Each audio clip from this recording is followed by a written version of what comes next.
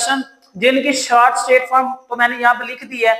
ये न्यूमेरिकल बहुत ही आसान है, जस्ट आपने कंसंट्रेट करना है कि इसको हम लोग परफॉर्म किस तरह से कर रहे हैं। ठीक है, यहाँ पर देखिए आपके पास जो वैल्यू गिवन है वो है f of x is equal to a x plus b plus 1।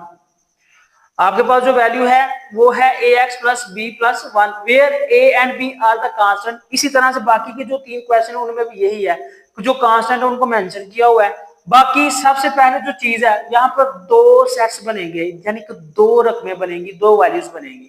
एक में हम लोग करेंगे F of 3 is equal to 8 और दूसरी में हम लोग करेंगे F of 6 is equal to 14। तो लेट्स देखते हैं हम लोग या इसका रिजल्ट क्या आता है। इसमें पुट करना है इस वाली रकम में। तो सबसे पहले 2 फैक्टर्स हम लोग बनाते हैं। हम लोग कहते हैं एक में हम लोगों ने पुट किया एफ ऑफ 3, हमने पुट कर दिया F of 3 is equal to X की जगह एफ ऑफ 3 का क्या मतलब है, एक्स इज इक्वल टू 3 होगा। तो यहां पे पुट करें एक्स यानी ए इंटू 3 प्लस बी प्लस 1। ठीक है, अब एफ ऑफ 3 किसके इक्वल है, ये देखिए, ये आपके पास एफ ऑफ 3 था, ये किसके इक्वल था, 8 के। तो यहाँ पर आप लोग 8 लिख लें। यहाँ पर क्या आ जाएगा 27 प्लस 1 प्लस बी, ठीक हो गया आएगा। तो सॉरी ये आपके पास 27 ही आएगा, ये आपके पास ए है, ठीक है ना, ए वाली चीज है। तो ए ये आपके पास बन जाएगा 3a प्लस 1 प्लस बी। तो ये जो आपके पास एक जैसी वैल्यूज है उनको एक साइड पर काटना, बाकियों को एक साइड।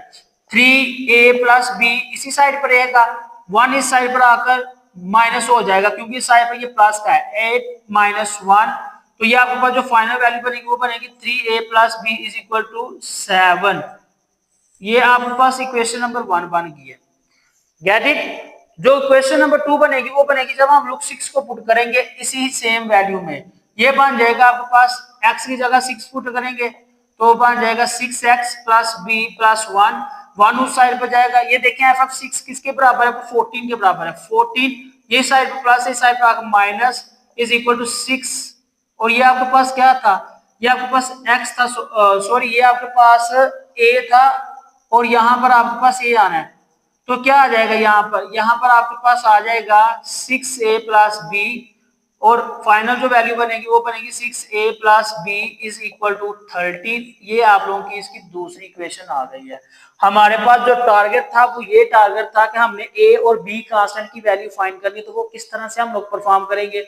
इन दोनों वैल्यूज को देखें, इन दोनों वैल्यूज को में से किसी एक वैल्यू को एक दूसरे की इक्वल करके उसको माइनस कर दें। लेट्स सपोज दैट मैं कहता हूं मल्टीप्लाई इक्वेशन 1 इस वाली को विद